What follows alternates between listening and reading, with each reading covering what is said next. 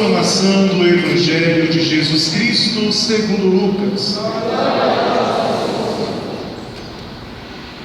O Senhor escolheu outros 72 discípulos e os enviou 2 a 2 na sua frente, a toda a cidade e lugar aonde ele próprio devia ir. E dizia-lhes: a messe é grande, mas os trabalhadores são poucos. Por isso pedi ao dono da messe que mande trabalhadores para a colheita. Eis que vos envio como cordeiro no meio de lobos. Não leveis bolsa, nem sacola, nem sandálias, e não cumprimenteis ninguém pelo caminho. Em qualquer casa em que entrardes, dizei primeiro: a paz esteja nesta casa. Se ali morar o amigo da paz, a vossa paz repousará sobre ele. Se não, ela voltará para vós. Permanecei naquela mesma casa, comei e bebei do que tiverem, porque o trabalhador merece o seu salário. Não passeis de casa em casa. Quando entrardes numa cidade e fordes bem recebidos, comei do que vos servirem. Curai os doentes que nela houver, e dizei ao povo: o reino de Deus está próximo de vós. Palavra da salvação. Glória a vós, Senhor.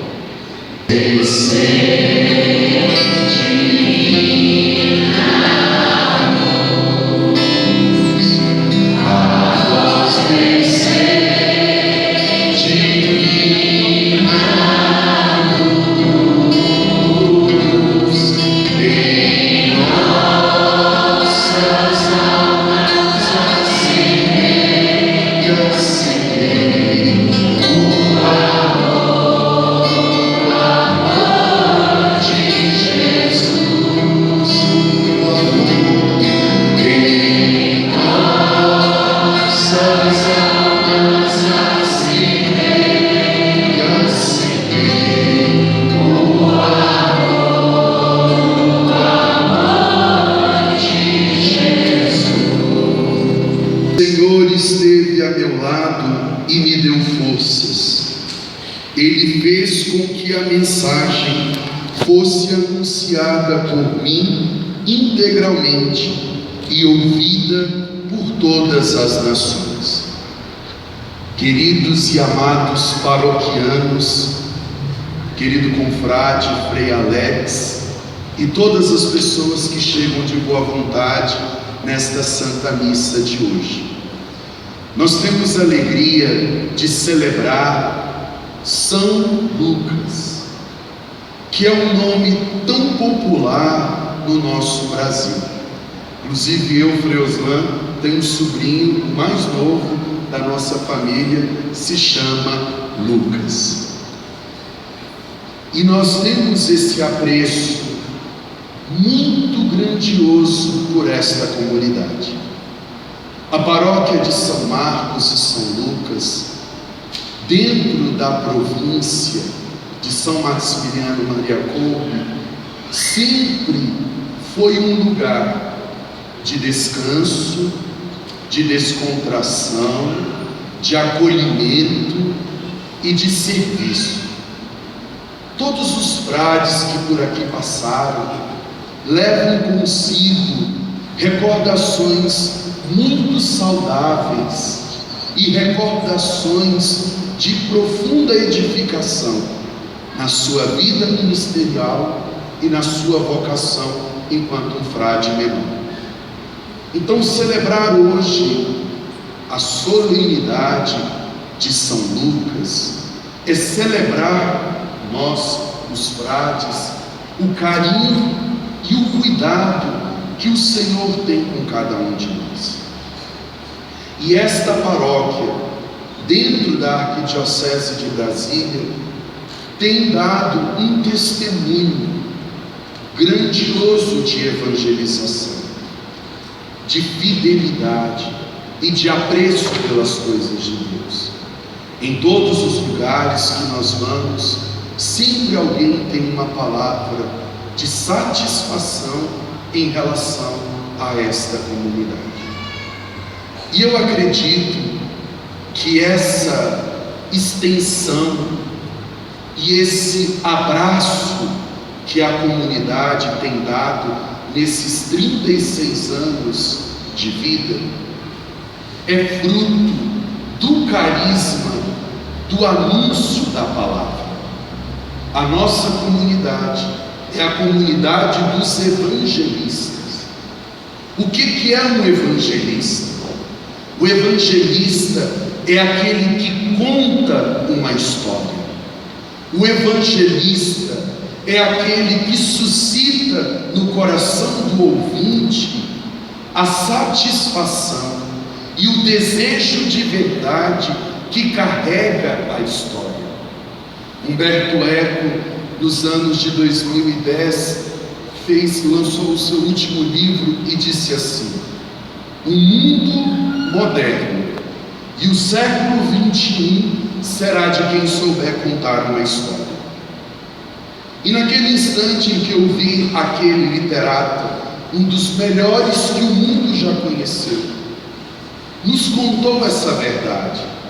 E eu falei: aí está o segredo da escritura inspirada do Espírito Santo.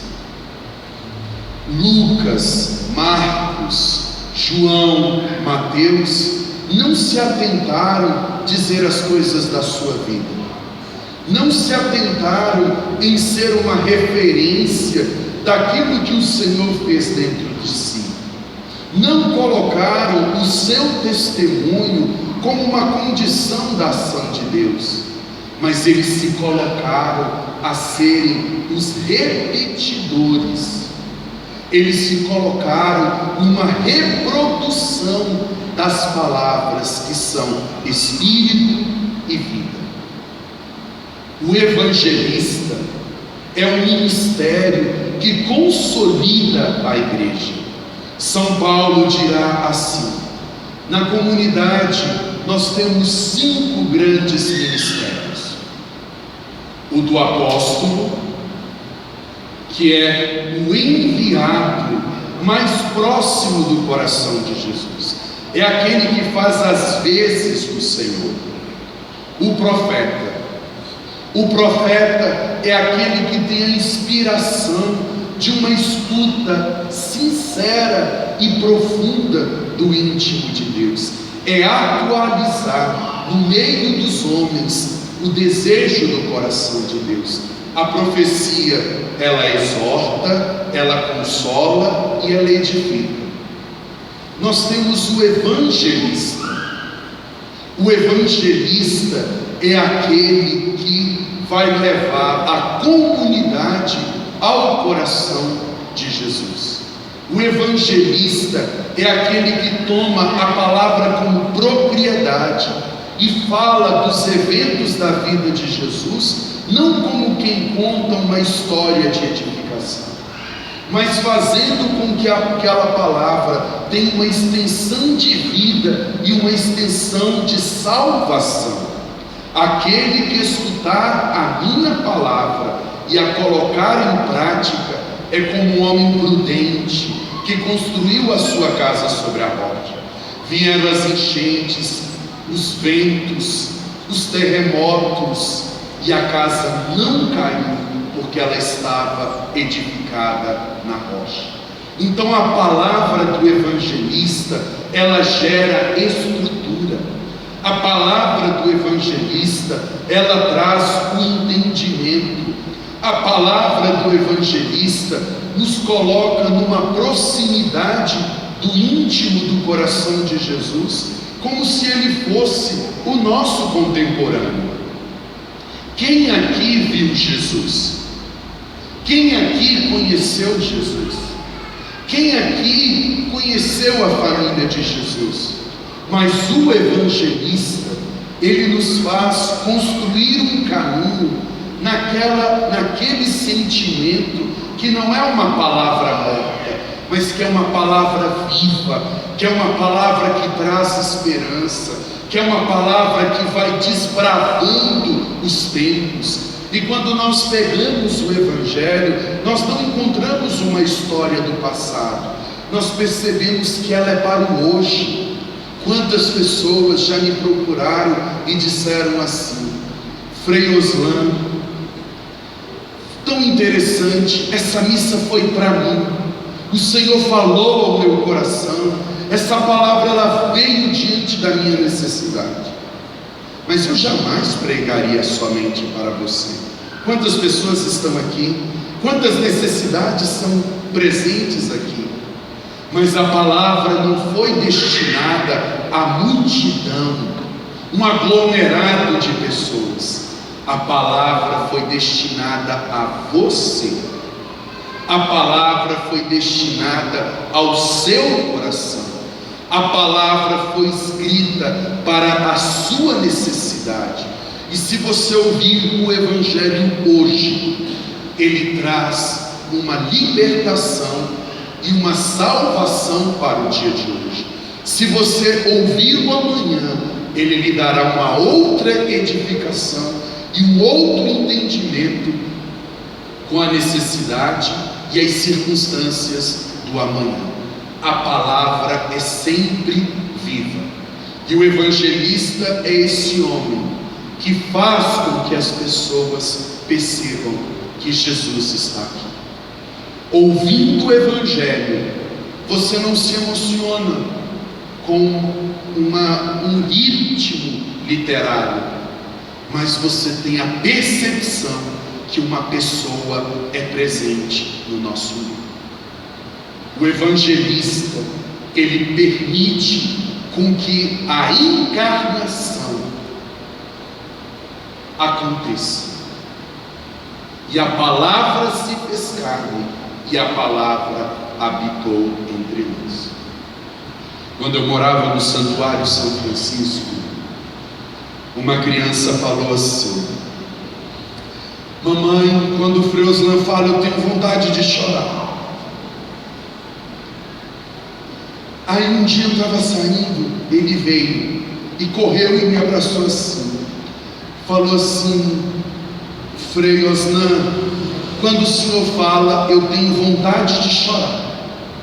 Eu falei: por quê? Eu te falei alguma coisa que te entristeceu? Não, porque me dá uma coisa aqui dentro, uma coisa que eu não sei dizer. Eu falei: eu sei. O que é? O Espírito Santo. A palavra não é um anúncio, não é um comunicado, é o Espírito Santo. E quem é evangelista conta as histórias do Espírito Santo. E o Espírito Santo move o coração, o Espírito Santo derruba as barreiras, o Espírito Santo suscita a esperança, o Espírito Santo demonstra a vida, o Espírito Santo atualiza o que você precisa de Deus para aquele momento. E o quarto ministério é o ministério do pastor. O pastor é aquele que vai com o cajado apacentando. Foi tão bonito no domingo, quando nós ouvimos aquele salmo: o Senhor, o guarda de Israel, ele não cochila, ele não dorme, ele te guarda na partida, ele te guarda na chegada. O pastor, ele não consegue se desvincular de suas ovelhas, mas o pastor não quer as ovelhas para si. O pastor, ele cuida das ovelhas de alguém. O pastor não é o dono da ovelha. O pastor, ele não tem o benefício da lã e ele não tem o benefício da carne da ovelha. O pastor, ele é um encarregado de cuidar das ovelhas de alguém. O dono de um grande redil de ovelhas não ficará mais de 24 horas no pasto, porque ele tem outras obrigações e ele está cuidando de suas propriedades.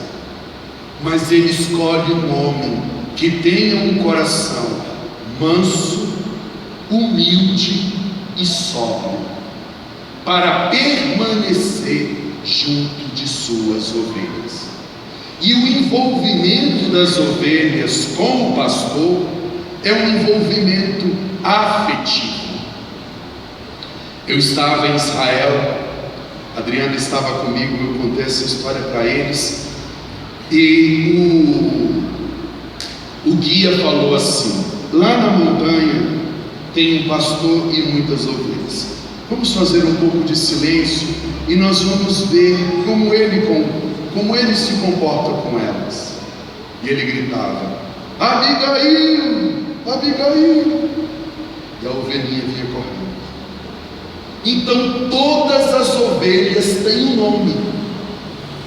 Aí eu falei: então quando Jesus disse que conhece as suas ovelhas pelo nome, não é uma metáfora, porque se eu chegar e disser assim: Abigail, Abigail, ela não vai vir, porque a ovelha não escuta a palavra, mas a ovelha escuta o sentimento, o afeto, o amor que carrega a palavra. Por isso as ovelhas escutam a minha voz e me seguem. Quem não são as minhas ovelhas jamais seguirão esse pastor, porque ele fala e eu entendo. É por isso que aquela criança virou e falou: quando o Frei Oslan fala, me dá vontade de chorar, porque ele é a minha ovelha. Aliás, eu fui colocado como pastor dele, então a minha palavra tem um peso sobre os seus ouvidos, e aquela palavra suscita o desejo de conhecer mais a Deus. Então o pastor é esse que cuida. O apóstolo, o profeta, o evangelista, o pastor. E por fim, o mestre. Quem são os mestres? Os mestres não são quem vão falar as palavras de Jesus. O mestre não são aqueles inspirados.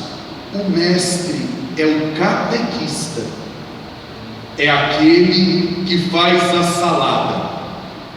Essa salada, ela é magistério da igreja, ela é doutrina da igreja, ela é sagrada escritura, ela é tradição da igreja, e o mestre tem pedagogia, ele tem uma facilidade, ele tem sabor, e ele fala com o outro coisas difíceis, de difícil entendimento, e as crianças entendem, os jovens entendem, os idosos entendem e crescem.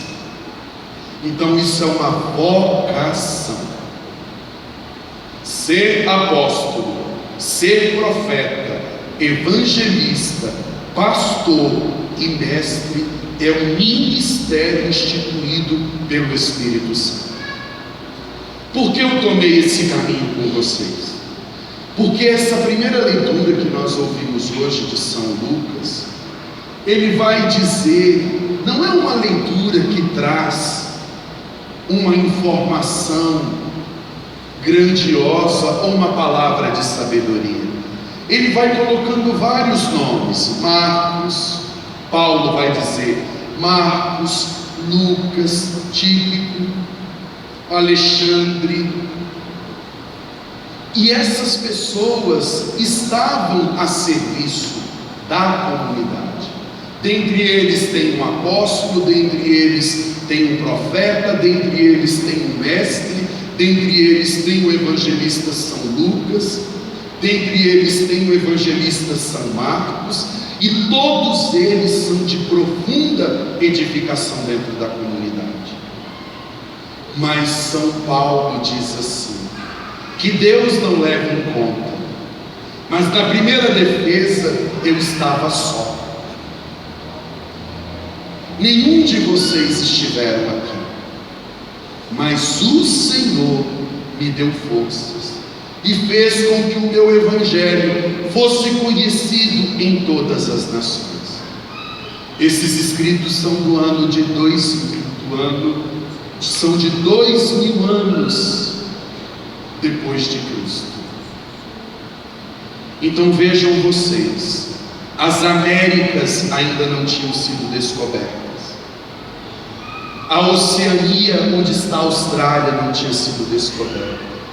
Nós não conhecíamos os reinos da Mongólia, nós não conhecíamos o Oriente profundo da Ásia Maior, a Rússia, o Japão, a China. Nós não conhecíamos aqueles povos. Agora, de um extremo ao outro da terra, todos os homens conhecem o Evangelho de Jesus Cristo. Todas as nações conheceram este Evangelho. 2000 anos depois, essa palavra é palavra de Deus, porque um grupo de pessoas no Distrito Federal de uma terra do Goiás estão ouvindo os evangelhos que foram compilados há 2000 anos atrás.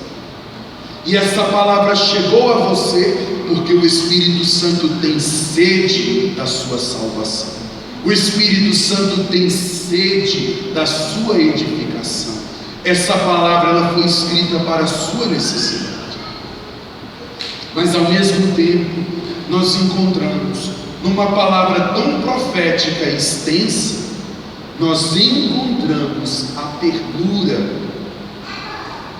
e o consolo de um homem que é servo de Deus. Só Lucas está comigo. Agora você me traz o Marcos, que ele é muito útil na obra para mim. Não esquece de me trazer a capa que eu esqueci em Troade. E traga também os pergaminhos, os livros sagrados que estão lá na casa do ferreiro Alexandre. É como se fosse um e-mail que eu envio para as pastorais. Que a Cirlei não me respondeu essa questão da catequese. Marlene, me responda por que a pastoral de eventos fez desse modo. Os vicentinos, por favor, me diga por que a pastoral da saúde está agindo assim. Daqui a 2000 anos, as pessoas vão pegar os pastorais e vão encontrar subsídios de espiritualidade. Olha como o Frei Oslan falava às pastorais. Olha como o Frei Alex ensinava a liturgia. Olha como o Frei Lanoil cuidava da UFS. Vejam o trabalho da pastoral dos vicentinos, a ordem de São Vicente. Olha como é que a liturgia se comportava. E tudo isso será instrumento de santificação e de graça para as pessoas. Mas o Senhor colocou nos lábios de Lucas esta palavra. Mas só que Lucas nunca viu Jesus. Mas só que Lucas fala dos sentimentos de Jesus, das obras mais inusitadas de Jesus. Por exemplo, Lucas é o apóstolo de Maria. Por que ele tem esse título? Porque ele é o único que vai falar da infância de Jesus. São João começa, e ele se fez carne e habitou entre nós. São Marcos começa, e o Espírito Santo veio sobre ele, sobre as águas do Jordão, e ele difundiu a boa nova. São Mateus começa a genealogia, que começa lá em Abraão e vai terminar em José. Agora Lucas não. Lucas nos fala da intimidade angelical, o anúncio do anjo a Maria. Lucas nos fala do Magnífica, a síntese perfeita da história da salvação. A minha alma glorifica o Senhor, e o meu espírito exulta em Deus, meu Salvador. Lucas encontra na figura de Maria a virtude de todas as mulheres da história da salvação, que nós começamos com Eva e vamos até Rebeca, Raquel, depois nós vamos a Ana, depois nós vamos a Raabe, de Raabe nós vamos a Ruth, e de Ruth nós terminamos em Esther. Essas mulheres da história da salvação, todas elas dirão um trecho que está no Magnífica de Maria. Lucas faz esse trabalho e coloca nos lábios de Maria a síntese, a perfeição de uma história que nós esperamos desde o dia que os nossos pais caíram no paraíso do pecado. Lucas vai nos falar da convivência de Maria e José. Lucas vai nos dizer da perseguição, e Lucas vai nos contar o relato em que Jesus decidiu continuar em Jerusalém contra gosto de sua mãe e o seu pai. E Lucas é quem vai dizer ao mundo que Jesus lhes era submisso. Maria não entendeu nada, mas Jesus desceu a Nazaré e ele era obediente a Maria e a José. Então o Evangelho de Lucas começa com a plenitude de todos os tempos, que ele também vai falar da genealogia, e vai colocar Maria como centro da salvação. E depois nós vamos encontrar as mulheres. Lucas é pagão, ele é de cultura grega, e na Grécia as mulheres não tinham direito de ser cidadã. As mulheres não podiam cumprir as obrigações religiosas, e as mulheres não tinham direito de opinar diante da cidade. E Lucas coloca Maria, Lucas coloca Isabel, Lucas coloca Maria, a esposa de Cusa, Maria de Magdala e Maria, a mãe de Jesus. Lucas, quando fala de uma mulher, ele dá o nome àquela mulher. E as mulheres vão perdendo aquele espaço de marginalidade, de discriminação, e começa a ter um lugar especial. E na verdade, essas mulheres passam a ser as protagonistas do anúncio do Evangelho de Jesus Cristo. Inclusive, a ressurreição é um anúncio que parte das mulheres do Evangelho de São Lucas.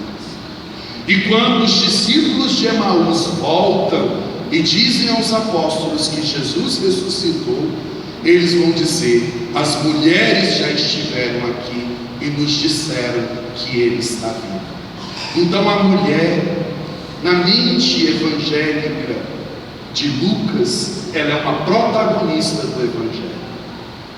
Lucas também é chamado o apóstolo de Maria, o apóstolo das mulheres, e ele também é chamado o apóstolo da misericórdia, porque Lucas é o único quem vai nos contar o coração do Evangelho. Sabe qual é a palavra que é o coração do Evangelho? O filho pródigo. Que a conversão não é do filho. O filho pródigo não se converteu, ele sentiu fome e vergonha da vida que ele estava vivendo. E o filho mais velho também não se converteu, porque sentiu raiva do modo como o pai acolheu o filho mais novo. Então, de quem foi a conversão? Do pai. Porque o pai já tinha dado a riqueza para o mais velho e o mais novo, e o pai continuou na porta, esperando o mais novo. E quando o mais novo chegou, o pai continuou na porta, esperando o mais velho. Então ele nos conta as parábolas de misericórdia. Foi ele quem nos contou que o Senhor deixaria as 99 e iria em busca da que foi perdida. É ele que nos conta a parábola da dracma perdida. É Lucas quem vai nos contar a história de Zaqueu, um homem que era comparado um grande agiota do templo, e de repente, ao ver Jesus, ele fica impressionado com os gestos de Jesus. Então ele é o apóstolo de Maria, o apóstolo das mulheres, o apóstolo da misericórdia.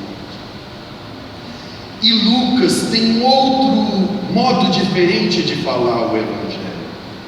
Ele é como se fosse o Machado de Assis dos nossos tempos. Machado de Assis é um escritor que foi, na minha concepção bem pequena, eu tenho para mim que é o que há de melhor no mundo é Machado de Assis. Porque Machado de Assis trouxe uma intuição na palavra. Ele fala, mas ele fala o que as pessoas estão pensando. Então, por exemplo, quando a gente lê Dom Casmurro, que tem Bentinho e Escobar, e é Capitu, vocês já devem ter visto isso. Até hoje, eu já li 3 vezes. Tem hora que eu acho que Capitu traiu Bentinho com Escobar. Tem hora que eu acho que Bentinho era um louco pessimista que ficou com raiva de Escobar. Tem hora que eu acho que Capitu fez um jogo. Você não consegue dizer uma palavra final, porque ele entrou na mente daqueles personagens e construiu um drama da personalidade que a gente não consegue dizer o que na verdade é o mistério do ser. Lucas também é assim. Vocês lembram que lá no Evangelho do filho pródigo, ele diz assim: e o filho caiu em si e começou a pensar: na casa do meu pai, os empregados não são tratados assim. Aí ele pega e conta também aquela história do administrador infiel, que pegou e pensou: eu vou perder o emprego, eu vou ser mandado embora, trabalhar não tenho forças, pedir esmola tenho vergonha. Já sei o que eu vou fazer. Esse final de semana nós escutamos aquele outro evangelho que o juiz pensou: eu não temo nem a Deus e nem aos homens, mas para que essa mulher me deixe de importunar, eu vou fazer justiça para ela. Então Lucas, ele tem intimidade e ele entra no íntimo dos autores do evangelho e vai demonstrando o modo como nós nos relacionamos com a ação do Espírito Santo. Por isso que nós vamos dizer que ele é o apóstolo da misericórdia. Lucas também é o apóstolo da missão, porque em todos os evangelhos nós encontramos um Lucas, nós encontramos os evangelistas contando que Jesus chamou quantos? Que Jesus chamou? É porque vocês já são macaco velho daqui, mas Jesus chamou 12. Jesus chamou 12, e os 12 apóstolos, todos nós sabemos os nomes. Lucas é o único que vai dizer que Jesus chamou 72. Então, o anúncio de Lucas não é um anúncio próprio apostólico, mas é um anúncio de uma comunidade carismática. É uma comunidade que leva o Evangelho de Jesus Cristo na difusão do Espírito Santo. E vocês lembram quem foi que estava? Quantos estavam no deserto quando Moisés pediu que o Senhor tirasse o Espírito dele e derramasse sobre as pessoas? Quantos eram? 70. 70 homens estavam no acampamento e 2 estavam longe do acampamento. E naquele momento o Espírito Santo veio sobre os 70 homens de Moisés e mais os outros 2 que estavam fora do acampamento. Os 72 homens de Moisés conquistaram a terra prometida. os 72 discípulos de Lucas anunciaram o Evangelho a toda a humanidade. Então ele é o apóstolo da missão. O Evangelho não é para o grego, o Evangelho não é para o judeu, o Evangelho não é para o rico, o Evangelho não é para o pobre, o Evangelho é para toda a criatura. Todos são convidados a ouvir essa palavra. E essa palavra vai ser proclamada no grego, essa palavra vai ser proclamada no hebraico, essa palavra vai ser proclamada no japonês, essa palavra vai ser proclamada em inglês, essa palavra vai ser proclamada no goianês. Todo mundo escuta a palavra e entende a palavra.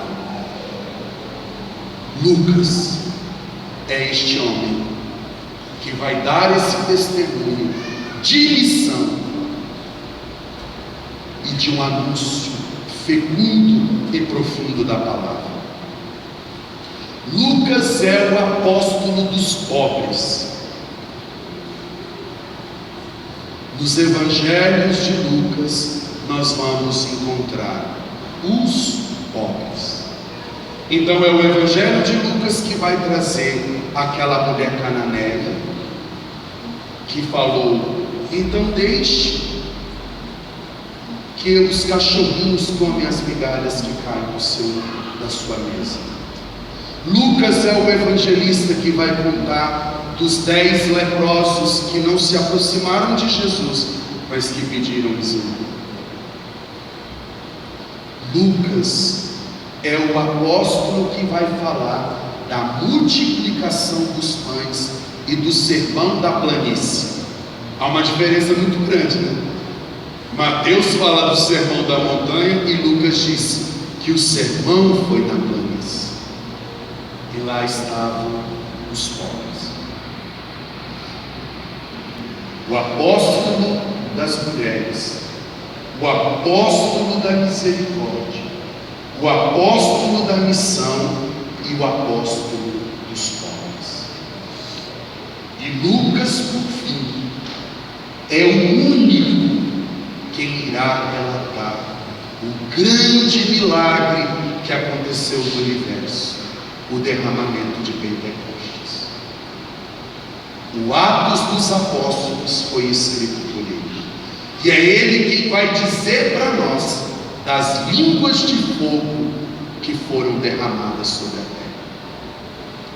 Lucas é este homem que fala do Espírito Santo, que é cheio do Espírito Santo, e antes deste livro ser chamado Atos dos Apóstolos, ele era chamado o livro dos Atos do Espírito Santo. O Espírito Santo é vivo dentro da igreja. Então hoje eu quero convidar a comunidade a sentir um orgulho e um amor muito grande por esse evangelista. Queria eu que hoje a nossa comunidade estivesse aqui repleta de todas as pessoas que receberam as bênçãos aqui, porque ele é o melhor que Deus poderia nos ter dado. E quando eu vejo essa missa que nós estamos celebrando campal, o número de pessoas que chegam, isso não é um privilégio do Frei Oslan, não é o meu carisma, não tem nada a ver. Um outro que chegasse era muito melhor. Sabe por quê? Porque é São Lucas cheio do Espírito Santo. E Lucas foi quem disse que o Espírito Santo será derramado sobre toda criatura. Então, se nós estamos aqui e pedimos a bênção dele, essa graça vai acontecer.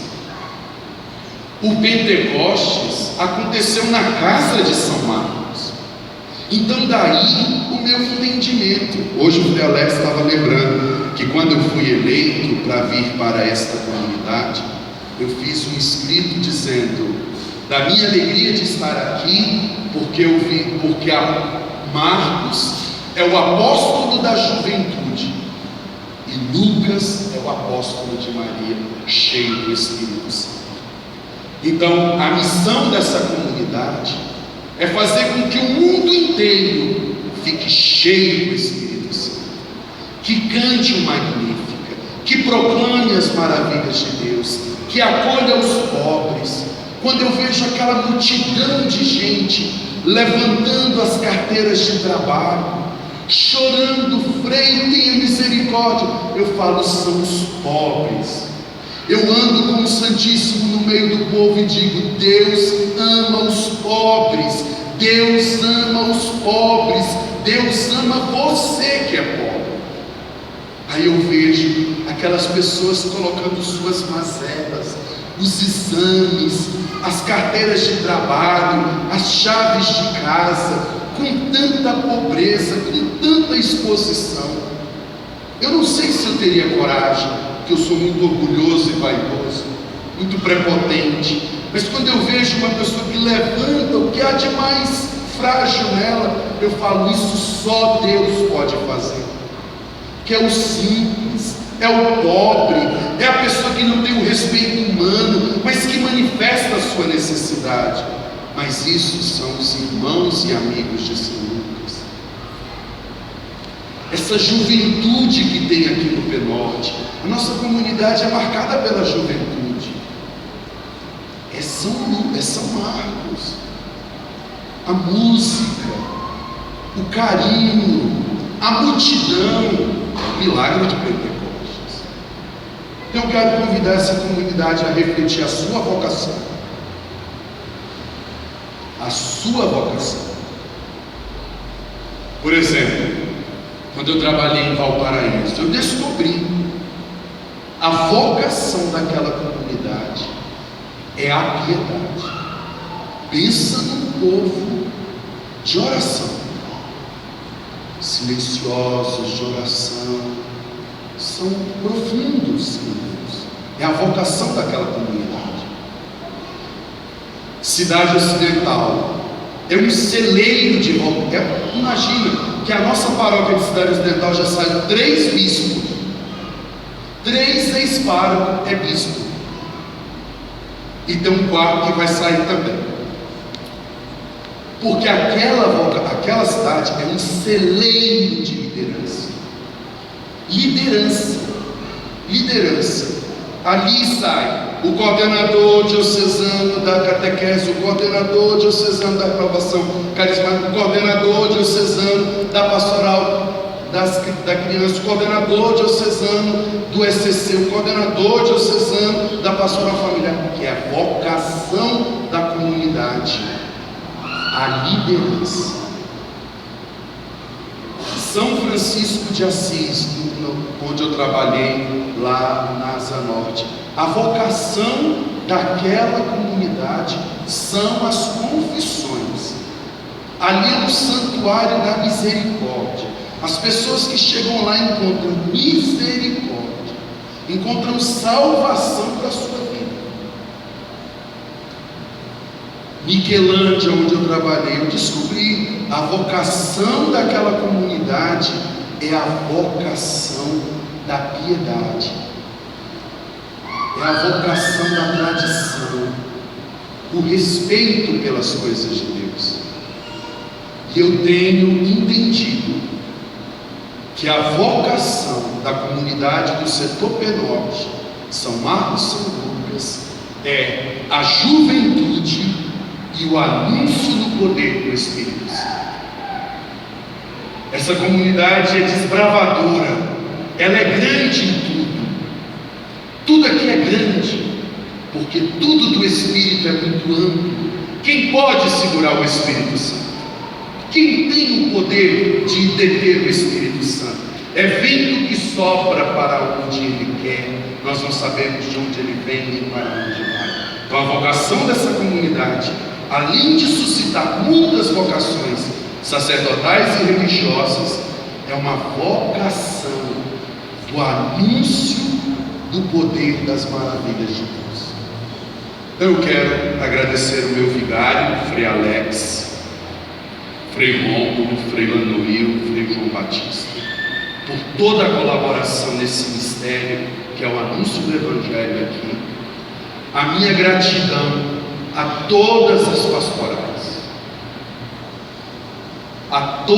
pastorais, as de serviço, as pastorais da caridade e as pastorais do ensino, os movimentos, a Ordem UFS e os vicentinos. A minha gratidão à comunidade por esse trabalho bonito que nós estamos fazendo aqui, que é anunciar o Evangelho. E que os nossos filhos, os filhos dos nossos filhos, tenham essa alegria de participar desta comunidade com essa satisfação. Aqui eu conheci o Espírito Santo, o vigor da palavra, a alegria de ser. Então, a minha gratidão a essa comunidade, e quero também aqui manifestar a minha alegria de poder estar aqui com vocês e celebrar essa ceia convosco. Muito obrigado.